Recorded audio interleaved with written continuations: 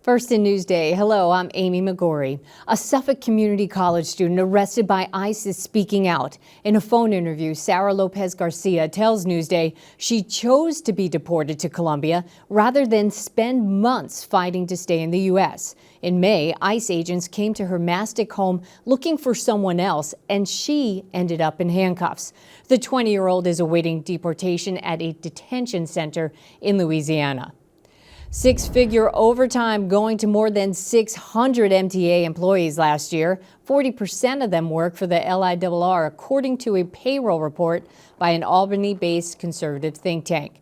That's down slightly from 2023. Now, up to $400 could be coming your way. The state is sending out its first inflation refund checks in October. Among the requirements, you had to have filed Form IT-201 in your 2023 state income taxes. A renovated DMV in Hauppauge is now open. 3, 2, 1, cut. The goal is to give you easier access to services and shorter Real ID wait times. A new look and name for the Village Idiot Pub in Lake Grove. It's closing on the 20th and will reopen as Rockefeller's Kitchen and Cocktails in September. LIU Post breaking ground on a new building. The $30 million College of Science building will further the university's research into vaccines, cancer treatments, and AI. It's expected to open in 2027. Adelphi is offering a creative way to support Long Islanders battling breast cancer. The Seize the Day art group is free and meets weekly. Taking a look now at your Friday forecast. A typical summer day, more sun than yesterday and more humidity, which you'll see with the hair. Partly sunny this morning. Taking a look at West Scott Cameron Beach in Bridgehampton. And it'll be mostly sunny skies, a little bit of a breeze across the island today. Sun with temps in the 80s for Saturday and Sunday. We could start the week with some showers here and there. We'll see more wet weather as we get closer to next weekend.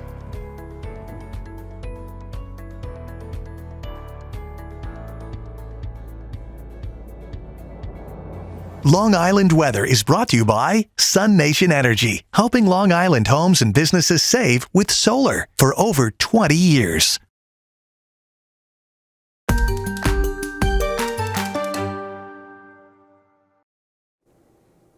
Only in Newsday, the backstory. This weekend marks 2 years since alleged Gilgo Beach serial killer Rex Heuermann was arrested. The Massapequa Park architect is currently awaiting trial, accused of killing 7 women. Ken Buffa and Newsday Courts reporter Grant Parpan take a look at who Heuermann is. Some of the evidence that's come out in court has shown that he was a member of the Roslyn Rifle Club, which coincidentally owns a property right in that area where the remains were found in Manorville. Watch the backstory, the Gilgo killings, and read more about the case on Newsday.com. Click Get More. It's below the Newsday TV video box.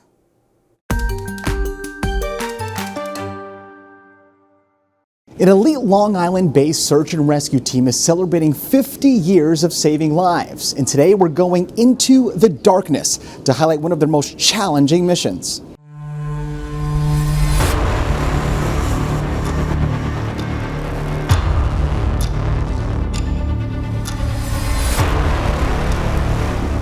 In the middle of the night, that far out into the ocean, dealing with all the challenges that we had, I would say that was the most complicated, challenging mission I've been a part of.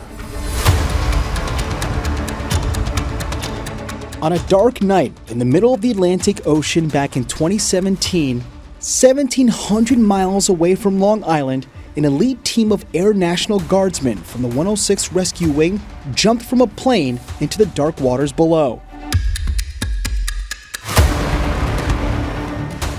We had a 4.5-hour flight. It was right in the middle of Atlantic Ocean.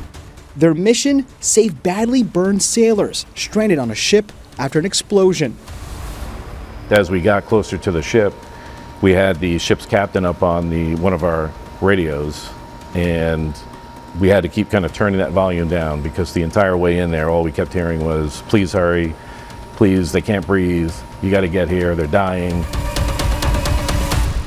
Wing Commander Colonel Jeffrey Canet piloted the C-130 in search of the 623-foot Slovenian cargo ship named Tamar. The urgency that we were all feeling in that moment to, how quickly can we get our team in the water? How quickly can we get them out of the water? We have to do resupply bundles. We have fuel that we're worrying about. 4 sailors were critically burned. 2 of which were burned badly enough that they didn't survive for very long. The other 2 were savable, but they had restricted breathing. They didn't have the ability to open their eyes. We knew that burns, especially facial burns, like airway is number 1, and we knew time was critical. This is dark. We're in the weather. There's only us and that ship out there. That's it. There's not another light on the horizon. It's ink black out there. Pretty eerie. We set up for the drop. We got the first team in the water. The boat is deflated. It's in like a little package, and there's a scuba tank attached to it. The engines are submersible. The package goes out under a big chute. We jump out after it, and then we try to land as close as possible to the boat as we can. Combat Rescue Officer Lieutenant Colonel Marty Vieira was one of the PJs who jumped into the ocean with medical equipment and an inflatable boat.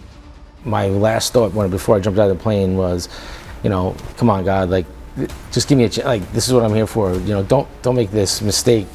On board the ship, the team performed emergency surgeries, and for 3 days, keeping the victims alive and navigating towards the Azores until a Portuguese helicopter could reach them.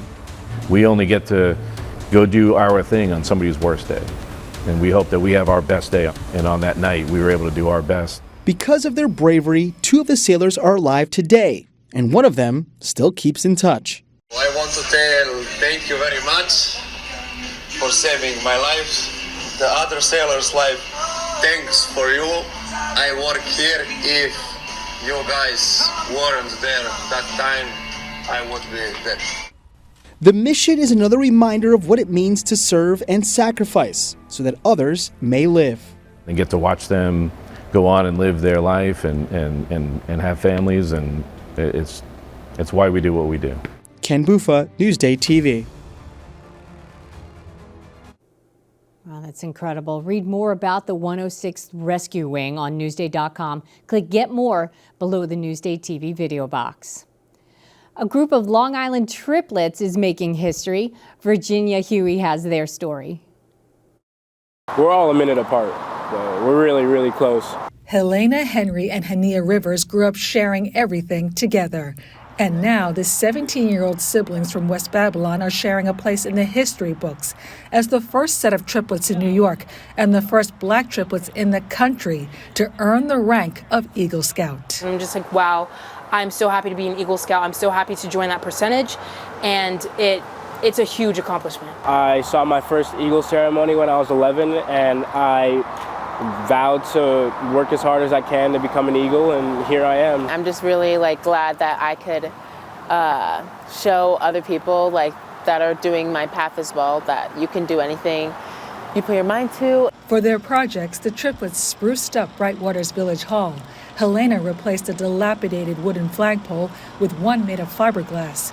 Henry installed permanent benches, and Hania designed paving stones around the flagpole and placed flower boxes to beautify the entrance. Seeing how the village looked in 2023 and years before that, and seeing it now, you're just like, wow, it's amazing. Brightwater's Mayor John Baldini says the triplets have made a lasting impression on the village in more ways than one. They're always smiling. That's what I like about them. They're not your typical kids. They're definitely kids who want to succeed in life. Now that they've achieved Eagle Scout status, the triplets are focusing on their next goal, and that's going for the gold at the 2026 Winter Olympics. We're alpine ski racers. We've been skiing our whole life, and just to make the Olympic team will be a huge opportunity. From scouting to skiing, the triplets learn to be all they can be from their mom and dad. That's what I always said to them, we're Team Rivers, so nothing comes easy. You've got to work for it. Hard work, dedication, commitment, and just sticking to the plan. The plan for Team Rivers will take them to the slopes of Italy to compete in the Olympics in February. For Newsday TV, I'm Virginia Huey. We wish them good luck. And to read more about this story on Newsday.com, just click Get More. It's below the Newsday TV video box. Feed Me is brought to you by Sarant Cadillac.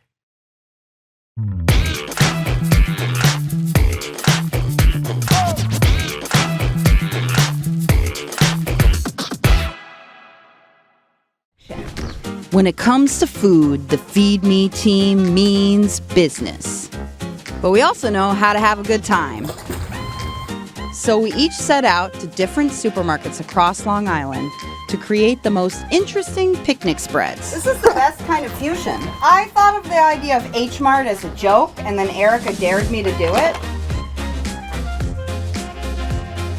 This is a kimbap, almost like a Korean sushi, seafood and scallion pancake. I also used to be a cheesemonger, and I had this idea of making not a cheese plate, but like a Korean banchan snack plate.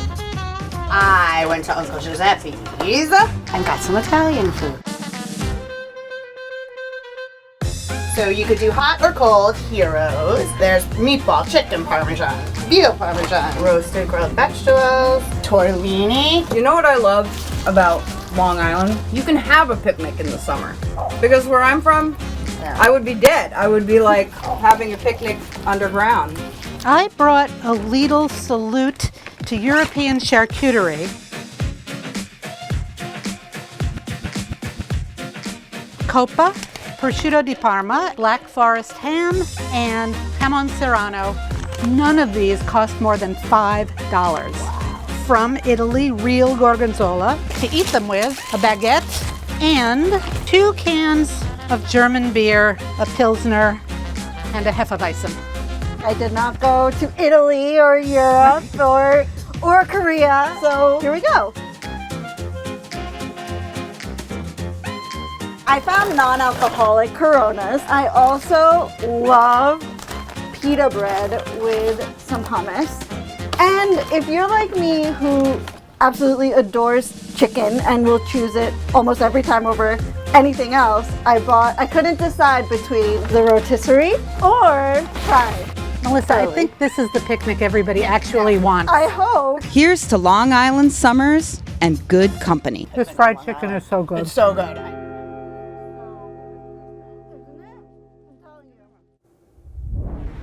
I want an invite to that picnic. All right, for more on these picnic ideas, go to Newsday.com, click Get More. It's below the Newsday TV video box.